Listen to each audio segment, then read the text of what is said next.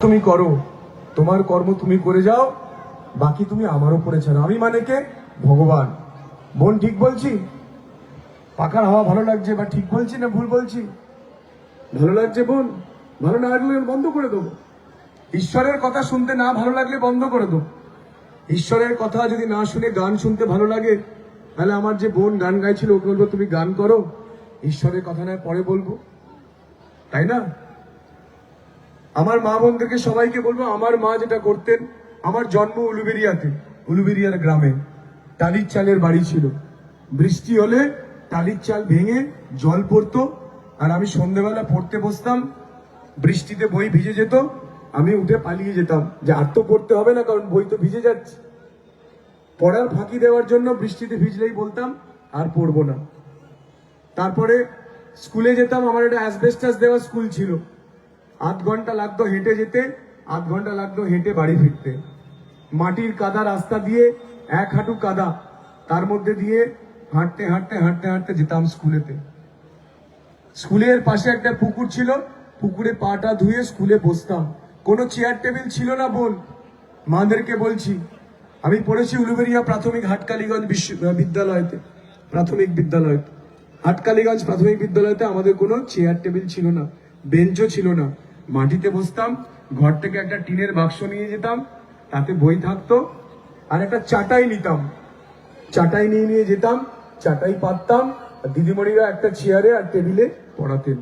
আর দুপুরবেলা কাঁচা পাউরুটি আসতো, এরকম বড় বড় চৌকো চৌকো, ছুরি দিয়ে কেটে কেটে সবাইকে দিতাম। স্কুলে ফার্স্ট হতাম, সেই জন্য দিদিমণি আমাকে দায়িত্ব দিয়েছিলেন যে তুমি সবাইকে দেবে। বাট আমি শিখেছিলাম ছোটবেলায় যে কোনো জিনিস যদি পাওয়া যায় সবাইকে দিয়ে খেতে হয়, সবাইকে নিয়ে চলতে হয়, সবাইকে নিয়ে সবাইকে দিয়ে যদি নিজের কিছুটা বাঁচে সেটাই আমার, বাকি তো সবার। কিন্তু আজকালকার ছেলেমেয়েরা, তাদের কি না সারাক্ষণ মোবাইলে পড়ে থাকবো। আপনি ঈশ্বরের কথা বলবেন, দেখবেন মোবাইলে ফেসবুক দেখছে।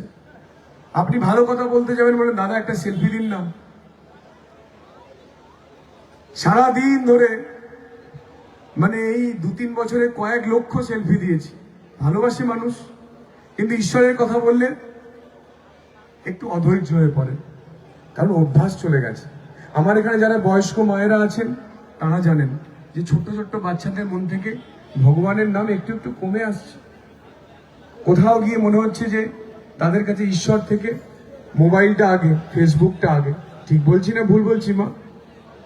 হ্যাঁ, সেই জন্য আমার মা ছোটবেলা থেকে দেখতাম ঘুম থেকে উঠেই বাসি কাপড় ছেড়ে প্রথমে স্নান করতেন, ঠাকুরের কাছে গিয়ে প্রথমে মায়ের একটুখানি পুজো করতেন, একটুখানি, বেশি সময় পেতেন না, কারণ 8 ভাই বোন ছিলাম আমরা, আমি অষ্টম গর্ভের সন্তান, সেই জন্য আমার নাম ছিল হিরণময়। ভগবান কৃষ্ণ অষ্টম গর্ভের, ভগবান কৃষ্ণের আর একটা নাম হলো হিরণময়। হিরণময় বপুর্ধৃত্ত শঙ্খ চক্র গদাধর। ভগবান, তো আমি যেহেতু অষ্টম গর্ভে জন্মেছিলাম, সেই জন্য বাবা যেহেতু রোজ গীতা পাঠ করতেন, আমি গীতা পাঠের 2টো লাইন বলে শোনালাম আপনাদেরকে, তো এই দ্বাদশ অধ্যায় ভক্তি যোগ। তো বাবা বললেন যে না, আমার অষ্টম গর্ভের সন্তান, আমি ভগবান কৃষ্ণের নাম রাখবো হিরণময়। হিরণময় মানে কি না, হিরত যুক্ত ময়ট, যদি সন্ধি বিচ্ছেদ করেন, যারা বাংলা জানে তাদের জন্য হিরণময় মানে হিরত যুক্ত ময়ট। হিরত মানে সোনা, ময়ট মানে সোনাময়। মানে ভগবান বিষ্ণু যদি আপনি দেখেন পুরোটাই সোনাময়, মানে সোনা দিয়ে তৈরি, তার গায়ে সমস্ত সোনা আবৃত্ত আছে, সেই জন্য তার নাম স্বর্ণময়, সেই জন্য হিরণময়। এখন অর্ধেক লোকে বাংলা জানে না, তারা এখন হিরণকে বলছে যে হরিণ। এখন কি করবেন আপনি বলুন? কেউ যদি বাংলা না জেনে ভগবান বিষ্ণুকে যদি হরিণ বলে, ভগবান বিষ্ণুর নামকে হরিণ বলে, বলতে দিন। যিনি ভুল করবেন আপনি কি করবেন? তাকে শোধরাতে যাবেন? সম্ভব নয়। সম্ভব কি মেশমশাই? ঠিক বলছি না ভুল বলছি? সম্ভব নয়। সেজন্য মায়েদের বোনেরা, আবার ফিরে আসছি, যে মায়েরা বোনেরা পারবেন, আমার মাকে দেখেছি ছোটবেলা থেকে, বাসি কাপড় চেঞ্জ করে সকালবেলা একটু মায়ের পুজো করতেন। ওম সর্বমঙ্গল মঙ্গল শিবে সর্বার্থ স্বাদিকে শরণ্যে ত্রম্বকে গৌরী নারায়ণী নমস্তুতে সৃষ্টি স্থিতি বিনাশনম শক্তি ভূতে সনাতনে গুণাশ্রয় গুণময় নারায়ণী নমস্তুতে শরণাগত দিনার্থ পরিত্রাণ পরায়ণে সর্বে শক্তি হরে দেবী নারায়ণী নমস্তুতে। জয় নারায়ণী নমস্তুতে, জয় নারায়ণী নমস্তুতে, জয় জয় জয় নারায়ণী নমস্তুতে। এই তো মায়ের মন্ত্র। সকালবেলা একটু মায়ের মন্ত্র করবেন যদি সম্ভব হয়। যদি সম্ভব হয়। ক সেকেন্ড লাগলো আমার বলতে? 5 সেকেন্ড।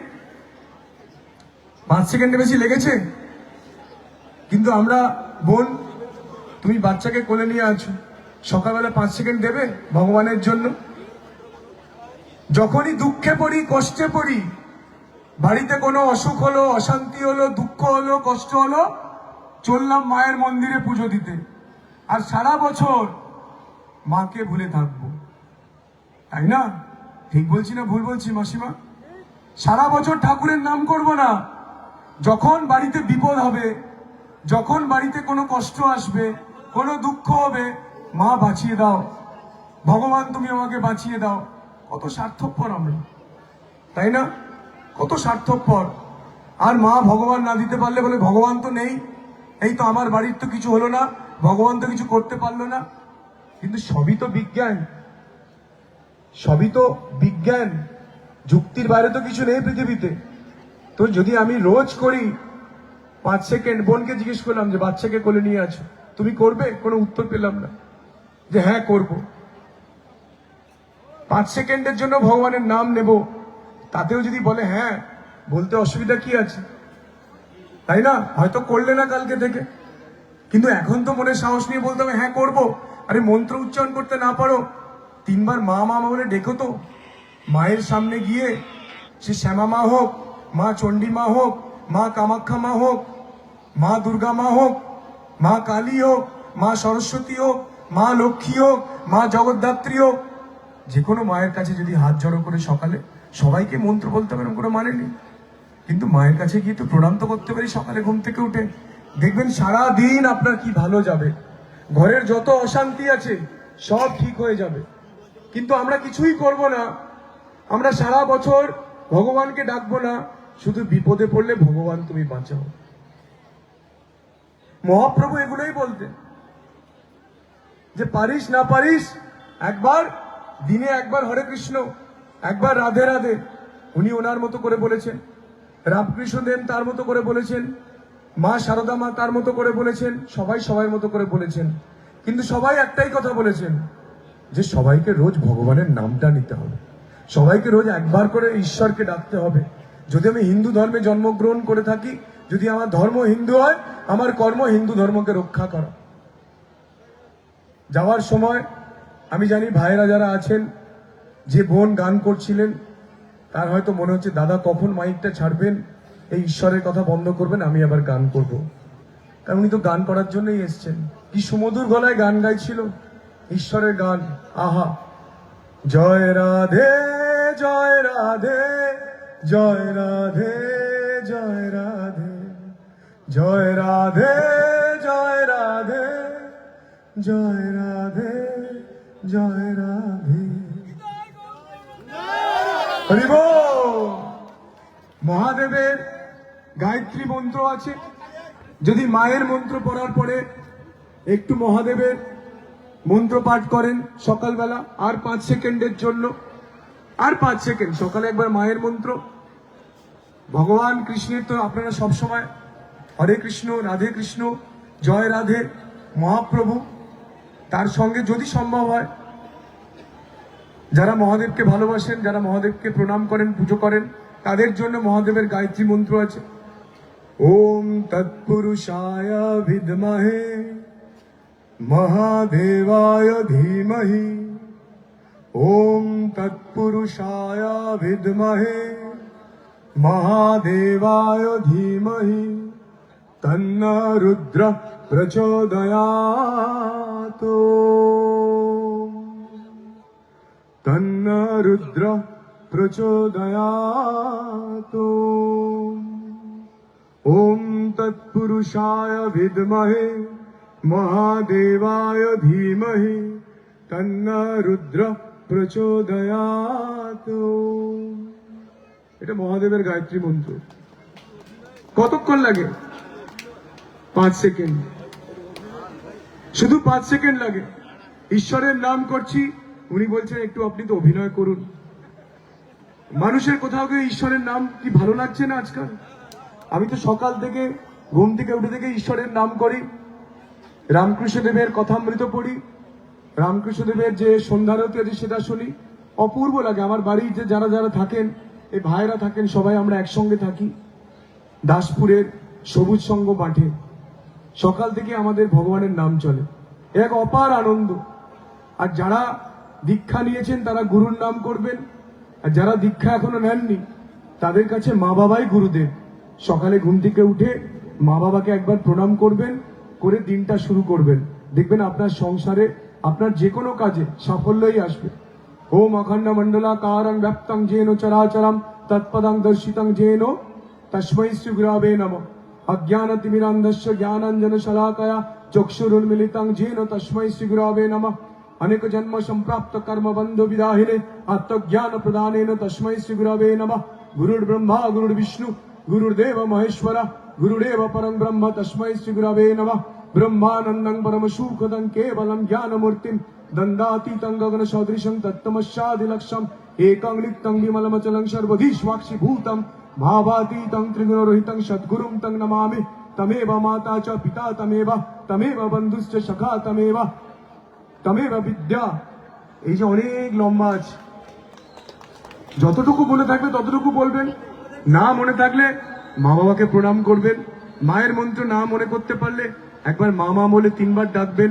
মহাদেবের যে মন্ত্র বললাম, গায়ত্রী মন্ত্র, ওম তৎপুরুষায় বিদ্মহে মহাদেবায় ধীমহি তন্ন রুদ্র প্রচোদয়াৎ। দেখবেন অভ্যাস করবেন, সব অভ্যাস হয়ে যাবে। আমি তো মুখস্থ করিনি, ছোটবেলা থেকে বাবা মা আমাকে এই সংস্কারের মধ্যে বড় করেছেন। টালির চালের বাড়ি, ওই অ্যাসবেস্টাস দেওয়া স্কুল, ওই মাটির রাস্তা, মামার বাড়ি মাটির বাড়ি, বাবারও বাড়ি মাটির বাড়ি। ছোটবেলায় আমার অনাবিল আনন্দে কেটেছে। তারপরে 1994 থেকে 97 সাল 3 বছর আমি নগেন্দ্র মঠে ব্রহ্মচর্য পালন করেছি। সেখানে গিয়ে আরো জ্ঞান বেড়েছে 3 বছর ব্রহ্মচারী হওয়ার পর। তারপরে যাবতীয় যে জিনিসগুলো আপনারা জানেন, মা এবং বাবা দুজনেই 1997 সালে মারা যান। আমি আশ্রম ছেড়ে বাড়িতে ফিরি। আমার যে বোন, সে মানসিকভাবে অসুস্থ হয়ে যায়। বাবা মার মৃত্যু সহ্য করতে পারেনি। ওই অত ছোট বয়সে আমি না সহ্য করেছিলাম ভগবানকে ডেকে। 1 মাস চোখের জল বন্ধ হয়নি, শুধু ঠাকুরের নাম করতাম সারাদিন ধরে দরজা জানলা বন্ধ করে, তবে সহ্য করতে পেরেছিলাম। আমার বোন পারেনি, মানসিকভাবে অসুস্থ হয়ে পড়লো। ওকে চিকিৎসা করালাম, ওকে বাঁচালাম, এখনো পুরোপুরি সুস্থ হয়নি, ঈশ্বরের কৃপা। তারপরে বম্বে গেছি, রিলায়েন্সে চাকরি করেছি, তারপরে বাংলায় কলকাতায় ফিরেছি, সিনেমাতে কাজ করেছি, অভিনয় করেছি। তো যা ঈশ্বর দিয়েছেন, আমার মনে হয় যে আমার মা বাবার যা সংস্কার, যতদিন আমার সঙ্গে ছিলেন মা বাবা উপরে যাওয়ার আগে, আমাকে যা সংস্কার দিয়ে গেছেন, সেই সংস্কার আপনাদেরকে আজকে শেয়ার করলাম। একটাই কারণ, যদি আমার ভালো হয়ে থাকে আপনাদের সবার ভালো হোক। ওই ছোটবেলায় পাউরুটি কেটে কেটে সবাইকে দিতাম, দিদিমণি শিখিয়েছিলেন যে যদি নিজের কিছু ভালো হয় সবাইকে শেয়ার করো, যদি তাদের মধ্যে 100 জনের মধ্যে একজনেরও ভালো হয়, সেটাই ঈশ্বরের কৃপা। আমার নাম মনে করতে হবে না। যে হিরণ কখনো একদিন বলেছিল সন্ধ্যেবেলা মহাপ্রভুর মঞ্চে দাঁড়িয়ে, খালি ঈশ্বরের কৃপা হোক, আমি এটুকুই চাই। যদি আপনাদের মধ্যে এতজনের মধ্যে একজনেরও ভালো হয়, আমি যাটুকু বললাম তার যদি 1%ও আপনারা ফলো করেন, যদি 1%ও করেন, তাতে যদি আপনাদের একজনেরও ভালো হয়, সেটাই ঈশ্বরের কৃপা। আপনারা সবাই ভালো থাকবেন, আপনাদের সবার ভালো হোক, আপনাদের জীবনে শান্তি থাকুক, সুখ থাকুক, সমৃদ্ধি থাকুক, আপনাদের সবার ভালো হোক, ঈশ্বর কৃপা করুন। নমস্কার, ভালো থাকবেন।